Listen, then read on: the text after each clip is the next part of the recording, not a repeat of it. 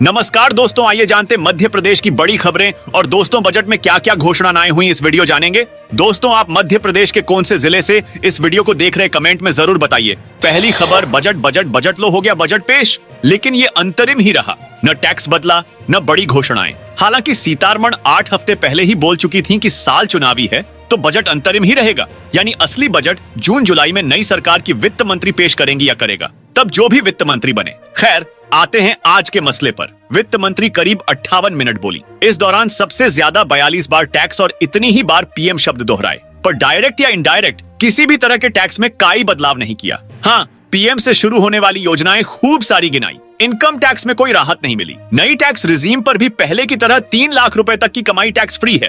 इसमें 87A के तहत सैलरीड पर्सन 7.5 लाख रुपए तक और बाकी 7 लाख तक की कमाई पर छूट ले सकते हैं।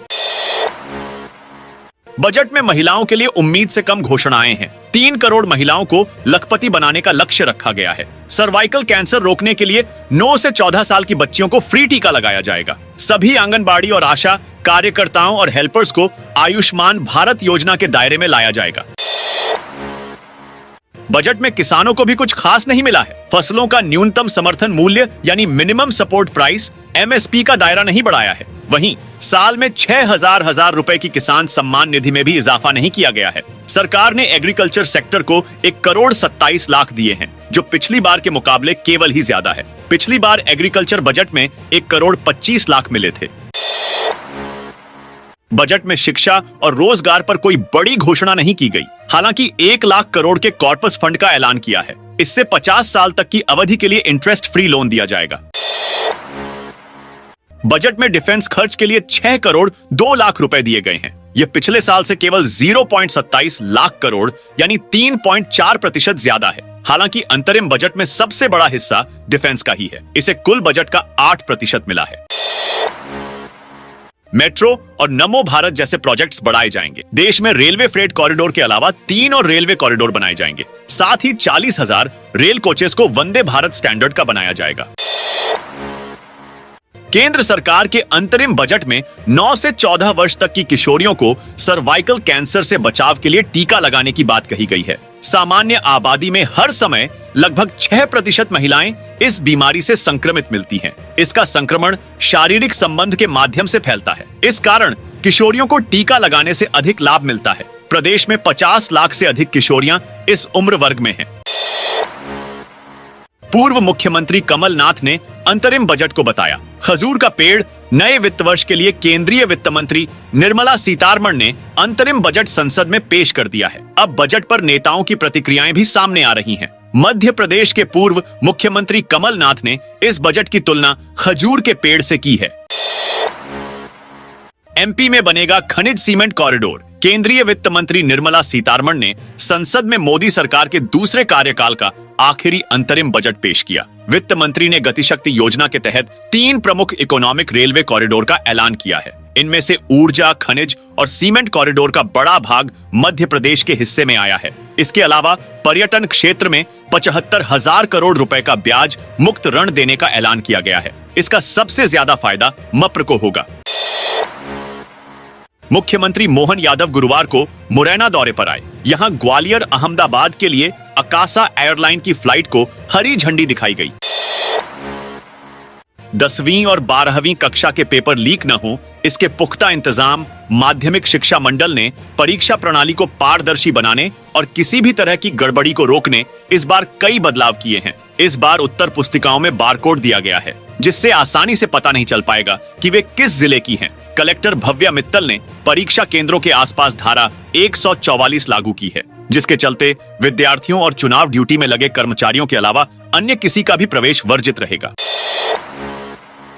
5 फरवरी से 5 मार्च के बीच आयोजित होगी 10वीं और 12वीं की बोर्ड परीक्षा। फर्जी जाति प्रमाण पत्र के आधार पर पुलिस की नौकरी हासिल करने वाले आरक्षक को सत्र न्यायालय ने 10 वर्ष के कठोर कारावास की सजा सुनाई। आरोपित का नाम सत्यनारायण वैष्णव निवासी लक्ष्मीपुरा कॉलोनी इंदौर है। केंद्र सरकार का अंतरिम बजट बनेगा मोहन सरकार के लेखानुदान का आधार। केंद्र का अंतरिम बजट प्रदेश की मोहन सरकार के लेखानुदान का आधार बनेगा। इसमें अधोसंरचना और औद्योगिक विकास, गरीब कल्याण, महिला सशक्तिकरण प्राथमिकता में रहेंगे। 7 फरवरी से प्रारंभ हो रहे विधानसभा के बजट सत्र में 1 लाख करोड़ रुपए तक का लेखानुदान प्रस्तुत किया जा सकता है। कांग्रेस के पूर्व राष्ट्रीय अध्यक्ष राहुल गांधी की भारत जोड़ो न्याय यात्रा अगले महीने एमपी में आने की संभावना है। मणिपुर से शुरू हुई इस यात्रा के मप्र पहुंचने से पहले तैयारियों को लेकर आगामी बुधवार यानी 7 फरवरी को भोपाल में बड़ी बैठक होगी। दूसरी बार स्थगित हुआ साइबर तहसील प्रोजेक्ट। केंद्रीय गृह और सहकारिता मंत्री अमित शाह का 2 फरवरी को उज्जैन में होने वाला दौरा टल गया है। इसके कारण शाह और मुख्यमंत्री मोहन यादव की मौजूदगी में उज्जैन से साइबर तहसील प्रोजेक्ट की प्रदेश भर में लॉन्चिंग भी टल गई है। अब शाह का दौरा फाइनल होने के बाद इसके लिए अलग से तारीख का ऐलान किया जाएगा।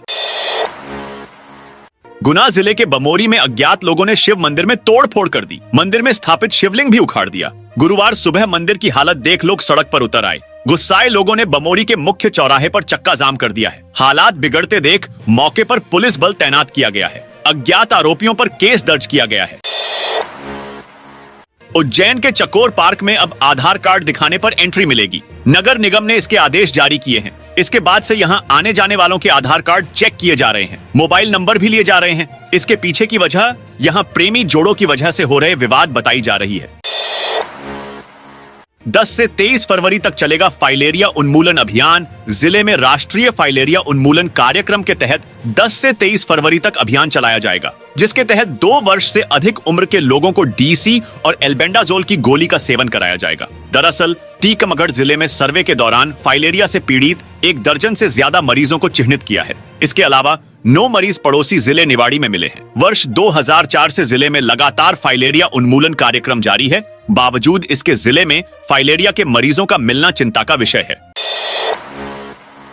विधानसभा चुनाव में हार के बाद कांग्रेस ईवीएम को लेकर हमलावर है। पूर्व सीएम दिग्विजय सिंह ने 8 दिन पहले प्रेस कॉन्फ्रेंस कर आईआईटीएन अतुल पटेल की मदद से ईवीएम के मॉडल में गड़बड़ी का डेमो भी दिया था। कांग्रेस ने ईवीएम को लेकर निर्वाचन आयोग से 2 सवाल पूछे थे। मध्य प्रदेश के मुख्य निर्वाचन पदाधिकारी सीईओ ने इन सवालों का जवाब दिया है। निर्वाचन आयोग से मिले जवाब पर दिग्विजय ने पलटवार करते हुए ट्वीट किया है। दिग्विजय सिंह ने ट्वीट में लिखा, हमारे चुनाव आयोग से निम्न प्रश्न हैं, जिनका उत्तर निर्वाचन आयोग नहीं दे रहा। जब 29 जनवरी को ईवीएम का लोकसभा चुनाव की तैयारी में फर्स्ट लेवल चेकिंग FLC हुई, तब हमने पूछा, क्या वीवीपीएटी में सिंबल डालते समय उसे इंटरनेट से जोड़ा जाता है? यदि हाँ, तो SLU में कौन सा सॉफ्टवेयर होता है? दोनों का जवाब नहीं मिला।